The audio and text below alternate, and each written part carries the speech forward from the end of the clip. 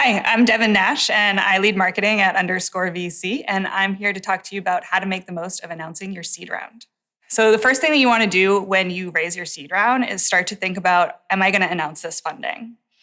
And the too long didn't read version of this is, in most cases, you should. But I'm going to start with why you maybe shouldn't. There's this age-old saying that all press is good press, and that is factually incorrect. And the mistake that I see a lot of founders make is they go into this process thinking that they can go in with their press release perfectly polished and that the reporter is going to publish that as written, and that is just not the case. Another reason why you might not want to announce your funding is that you might have trade secrets. You might be super early on in the development of your tech, and that tech may be the thing that sets you apart, and you don't want to give the scoop to your potential competitors. The other thing that you should think about when you're thinking about announcing is just how much time it actually takes to do that. This isn't you reaching out to one reporter and getting an immediate response. This is a time-intensive process where you're reaching out to multiple contacts. And so ultimately, this is going to take you a good chunk of time. And you as a founder or you as an early marketing lead for a startup might not have that time allocated to do that. So in most cases, you should announce your seed funding. And the reason for this is, what's the first thing that you do when you hear about a company or a new person?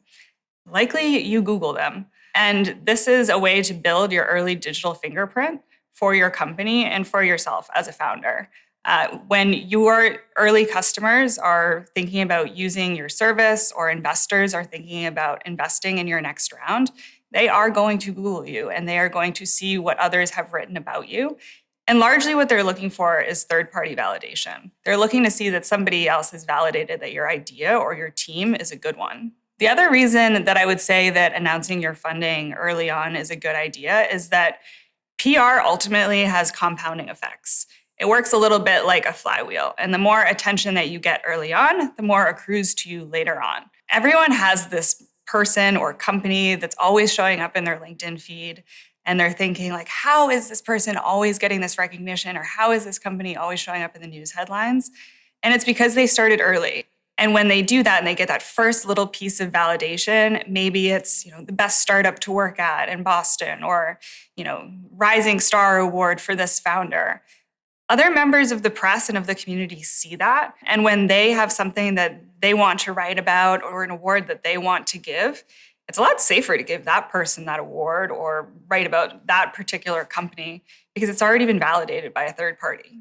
So before you announce your seed funding, it's important to think about whether you're press ready. And when I say press ready, I'm thinking about a few specific things. One, before you can really do a successful press anything, you have to nurture relationships with the press. So I think about this like Toby Lutke at Shopify calls it the trust battery. You need to meet a member of the press. When you meet that individual, your trust battery starts at, 50%. And ultimately, over time, you need to build a relationship with that member of the press. So how do you get that 50% trust battery to 75% and then to 100%?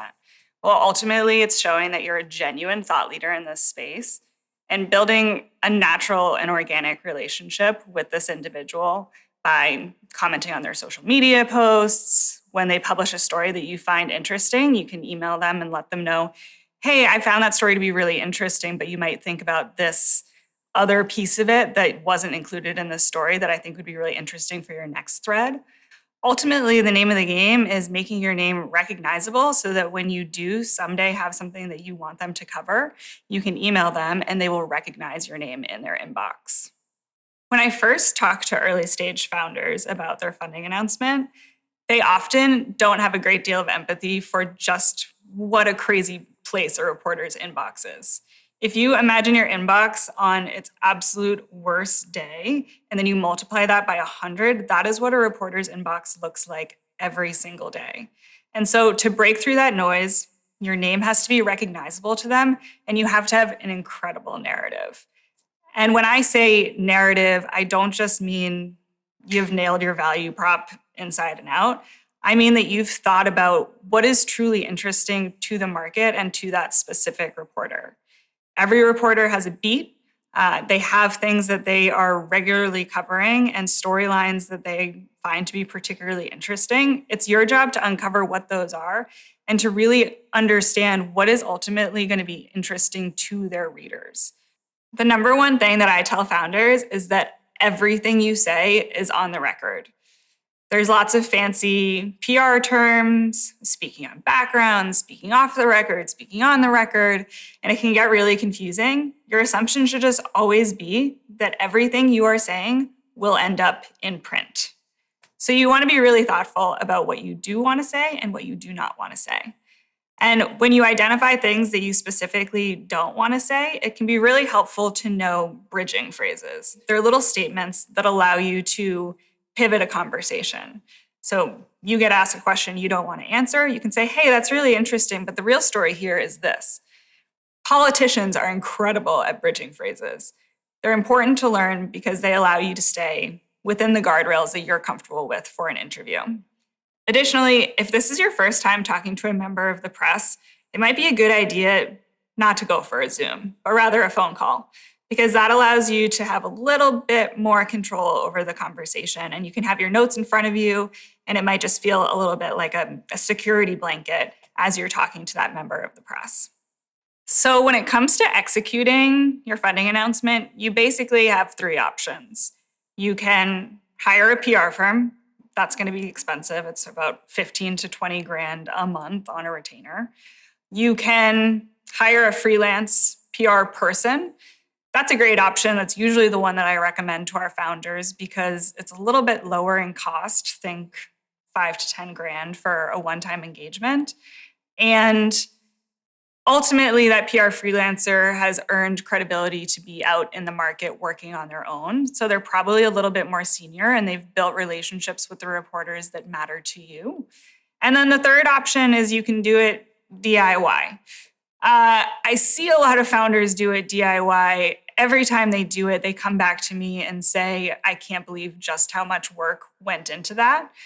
It's not as simple as writing a press release and pitching one reporter.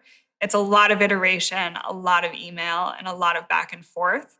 And so my general recommendation is that if you can find a great freelancer, you should. Your VCs likely know of a few, and in some cases, your VCs might have services in-house or on retainer that they can offer to you to make that lift just even a little bit lighter.